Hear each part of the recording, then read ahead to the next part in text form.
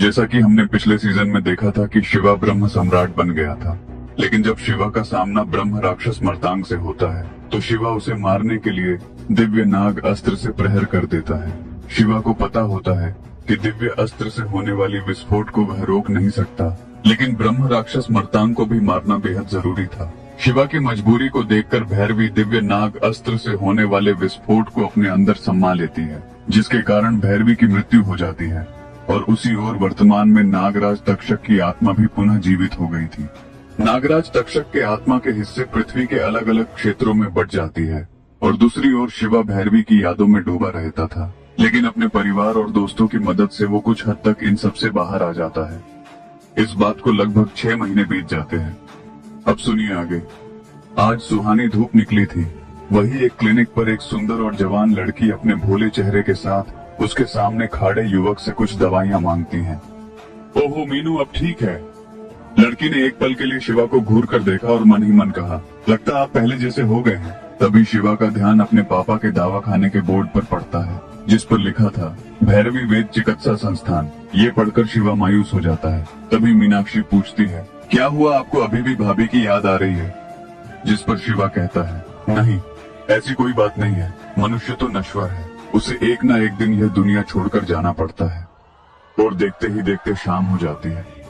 शिवा अपने पर बेड लेटे हुए फोन रहा था। जैसे ही वो अपना फोन बंद करता है तो उसका ध्यान फोन के वॉलपेपर पर जाता है, जिस पर भैरवी और शिवा की तस्वीर थी, जिसमें भैरवी किसी स्वर्ग की अप्सरा से कम नहीं लग रही थी। गुलाबी होठ, लंबे बाल और उसकी मंत्र मुक्त कर देने वाली मुस्कान, जो किसी पत्थर दिल का भी मन पिघला दे।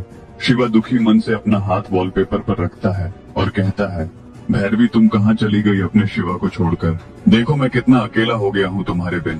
काश उस दिन मैंने दिव्य अस्त्र का प्रयोग न करता तो तुम आज मेरे साथ होती। पर आज मुझे लगता है कि मैं सबसे बड़ा मूर्ख हूँ जिसने बिना सोचे समझे ऐसा कार्य किया। कितने दिन हो गए तुम्हारी आवाज सुने हुए। तभी दरवाजे में खटखटाने की आवाज आती है। शिवा का ध्यान उस ओर जाता है जहाँ दरवाजे के पास मीनाक्षी खड़ी हुई थी। शिवा भैया। मीनाक्षी को देखकर शिवा अपनी आंखें जल्दी से पोंछ लेता और कहता है, अरे मीनू, अंदर आओ ना, क्या बात है? आप ठीक है ना? मैं आपके लिए चाय लाई थी। शिवा अपने चेहरे में मुस्कुरान लाते हुए कहता है, अरे मुझे क्या होगा, मैं तो बिल्कुल ठीक हूँ मीनू, घबराओ मत। तभी मीनाक्षी की नजरें शिवा के हाथों पर पड़ती है, जिसमें भैरवी की तस्वीर थी।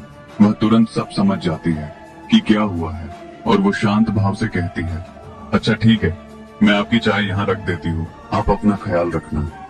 कुछ देर बाद नारायण शास्त्री अपना क्लिनिक बंद करके घर आते हैं और देखते हैं कि सोफे पर अहिल्या बैठी है। उसे देखकर नारायण शास्त्री कहते हैं, तुम रो क्यों रही हो? तभी अहिल्या अपनी आंखों से आंसू पोंछते हुए कहती है, आज से भैरवी को मारे हुए पूरे 1 साल हो गए हैं और शिवा अभी तक वह भूल नहीं पाया है। जिस पर नारायण शास्त्री उसके आंसू पोंछते हुए बोलते हैं, मुझे पता है कि तुम्हें कैसा लग रहा है। अहिल्या अपने आप को रोक नहीं पाती और रोते हुए कहती है, क्या हमारे बेटे के साथ ही ऐसा ही होना था? और फिर उसने ऐसा क्या ही किया था? अभी अभी तो उसकी शादी हुई थी। ऐसी शनि दशा हमारे शिवा पर क्यों पड़ी?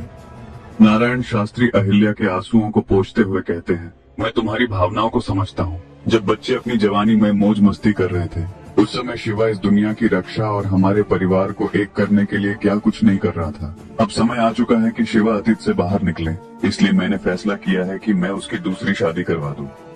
नहीं, मैं अपने शिवा के लिए भैरवी के अलावा किसी को काबिल नहीं समझती हूँ। वो एक ही थी जिसे मैं अपनी बेटी की तरह समझती थी। क्या भैरवी की आत्मा को यह सुनकर बुरा नहीं लगेगा? दूर खड़ी मीनाक्षी भी नारायण शास्त्री और अहिल्या की बातें सुन लेती है। शिवा की दूसरी शादी की बात सुनकर वह हड़बड़ाहट में टेबल से टकरा जाती हैं। अचानक हुई हॉल में आवाज को सुनकर नारायण शास्त्री और अहिल्या का ध्यान भी उस ओर जाता है। अरे मीनू, यहाँ आओ ना, हमारे साथ बैठो।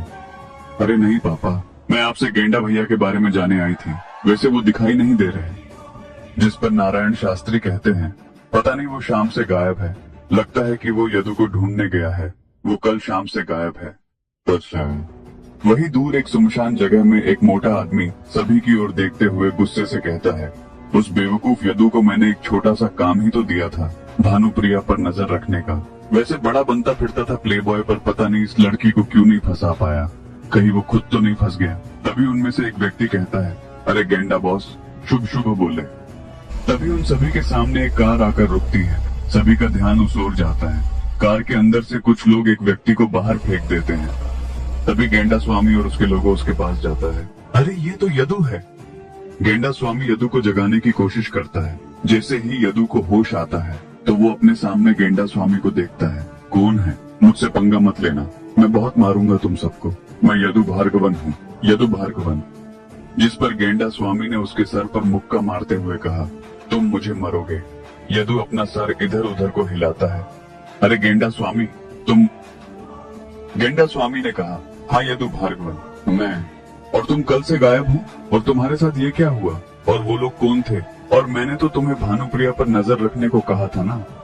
अरे गेंडा स्वामी पूछो मत, मैं उसी का पीछा कर रहा था, पर अचानक वो मेरे पीछे आई और मुझे मारकर बेहोश कर दिया। लेकिन उससे भी बड़ी बात है कि उसने एक अजीब सा दिखने वाला एक पैकेट किसी काले कोट वाले व्यक्ति को दिया और कार पर बैठ गई। यदु हकलाते हुए बोलता है। उसने आगे कहा, गेंडा स्वामी शायद वो ड्रग्स बेचती होंगी, पर वो चेन्नई क्यों आई थी? वो तो किसी लोकल गुंडे को भी बेच सकती थी। जिस पर गेंडा स्वामी ने कहा, लगता है कि उसे यहाँ कोई बड़ी डील मिली होगी। यदु गेंडा स्वामी की बात को काटते हुए बोला, अरे छोड़ो इस बात को, चलो घर चलते हैं। वैसे भी मैं 2 दिनों से घर नहीं गया। गेंडा स्वामी और यदु कार में बैठे गए। तभी यदु ने कुछ याद करते हुए कहा, क्या शिवा भाई ने मीनाक्षी को बचा लिया? इस पर गेंडा स्वामी कहता है, चिंता मत करो, मीनाक्षी बिल्कुल ठीक है और शिवा भाई भी अब अपने गम से बाहर आ गए हैं। सच में यह तो बड़ी खुशी की बात है। और ऐसे ही वो दोनों बातचीत करते हुए घर पहुंच जाते हैं और मीनाक्षी से मिलते हैं। मीनाक्षी दोनों पर गुस्सा करते हुए कहती है, आप दोनों इतनी देर से कहाँ थे? और यदु भैया आप तो कल शाम से गायब थे। यदु मीनाक्षी को देखकर मुस्कुराता है, अरे मीनू बड़ी लंबी कहानी है, बाद में बताऊंगा, अभी मैं नहाने जा रहा हूँ। और ऐसा कहते हुए वो बाथरूम की ओर दौड़ पड़ा। तभी गेंडा स्वामी मीनाक्षी से पूछता है, मीनू शिवा भाई अभी कैसे है? क्या वो अभी भी उदास तो नहीं है? मीनाक्षी ने मायूसी से कहा, वो अभी भी भाभी को बहुत याद करते हैं और हमारे सामने खुश रहने का नाटक करते हैं। अभी कुछ देर पहले वो भैरवी भाभी की फोटो देखकर रो रहे थे और मैं गई जब उन्होंने मेरे सामने मुस्कुराने का नाटक किया। वही दूर कहीं पर कुछ लोग आधे नाग बने लोगों पर रिसर्च कर रहे थे। तभी एक सोल्जर आता और कहता है, लीडर हमें इन नाग बने इंसानों के बारे में कुछ पता चला है। सोल्जर के सामने खड़ी हुई महिला कहती है, क्या पता चला है? दरअसल कुछ समय पहले हमें कुछ पत्थर मिले थे। वो सोल्जर जल्दी से बोलता है। जिस पर उसके सामने खड़ी महिला कहती है, कौन से पत्थर? तभी वो सोल्जर अपने साथियों को कुछ पत्थरों लाने के लिए बुलाता है। जैसे ही हॉल में पत्थर आते हैं तो महिला का चेहरा गुस्से से तिलमिला जाता है। ये तो आम पत्थर है। जिस पर वो सोल्जर कहता है, नहीं लीडर, ये पत्थर हमें एक घने जंगल से मिले थे। जब हमारे लोगों ने उसे छुआ तो वो पागलों की जैसे हरकतें करने लगे और जमीन पर लेटने लगे। जैसे तैसे हमने उन्हें होश में लाया, पर वे तब तक दिमागी संतुलन खो चुके थे। इसलिए हमने उन्हें अभी के लिए क्वारंटाइन पर रखा है। अगर कुछ नहीं किया गया तो सारा गांव आधे मनुष्य और आधे नाग में बदल जाएगा। वो महिला सभी की ओर देखती है, तो आप लोगों को क्या लगता है हमें क्या करना चाहिए? इस पर एक बूढ़ा सोल्जर खांसते हुए बोला, लीडर योगमाया, इसका इलाज तो सिर्फ सम्राट रेन भार्गव ही बता सकते हैं। योगमाया उस सोल्जर से पूछती है, वो कहाँ मिलेंगे? इस पर उस सोल्जर ने कहा, मैंने सुना है कि वो इस समय दिल्ली शहर में है। तो ठीक है, मैं दिल्ली जा रही हूँ, योगमाया ने कहा। तभी कमांडर नंदिनी ने आगे आते हुए कहा, मैं भी चलती हूँ। इस पर योगमाया कहती है, नहीं, तुम यही रहो और टीम को संभालो। और अगले ट्रेन से योगमाया दिल्ली पहुंच जाती है। जैसे ही योगमाया स्टेशन से बाहर आती है, उन्हें एक जगह काफी भीड़ दिखाई देती है। वो भीड़ के अंदर जाकर देखती है, जहां उन्हें एक लड़का सड़क पर पड़ा जो काफी कमजोर और घायल था और डॉक्टर ने भी घोषित कर दिया था कि वो अब नहीं बच सकता। योगमाया ने पास खड़ी एक लड़की को देखा जिसने लॉ एनफोर्समेंट टीम के कपड़े पहने हुए थे, जो एक 7 स्टार जनरल भी थी।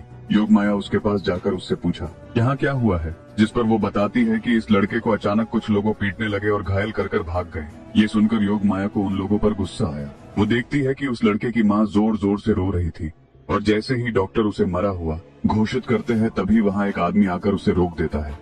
उस आदमी ने काले रंग की हुडी पहन रखी थी। उसका चेहरा किसी को नहीं दिख रहा था। तभी उस इंसान ने उस लड़के के नशे चेक की और कहा, ये अभी भी बच सकता है। पास ही बैठे डॉक्टर ने कहा, पागल हो क्या, वो मर चुका है।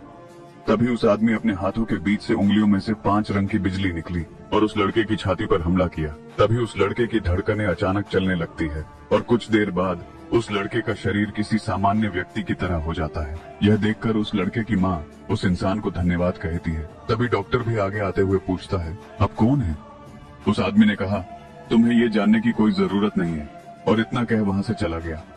पास ही खड़ी योगमाया ने भी उस व्यक्ति का पीछा किया, लेकिन अचानक वो व्यक्ति बिजली की गति से गायब हो गया। यह देखकर योगमाया चौंक जाती है और कुछ सोचते हुए अंत में वो वापस उस जनरल के पास जाती है और उसे अपना कार्ड दिखाती है। लेकिन कार्ड को देखकर भी उसे ज्यादा फर्क नहीं पड़ता है और वो कहती है, अच्छा तो आप आचार्य योगमाया है। वैसे मुझे आपके आने की खबर मिल गई थी। आइए मैं आपको बेस तक ले चलती हूँ, बाकी आपको वहाँ सब हमारी लीडर रिपोर्ट दे देगी।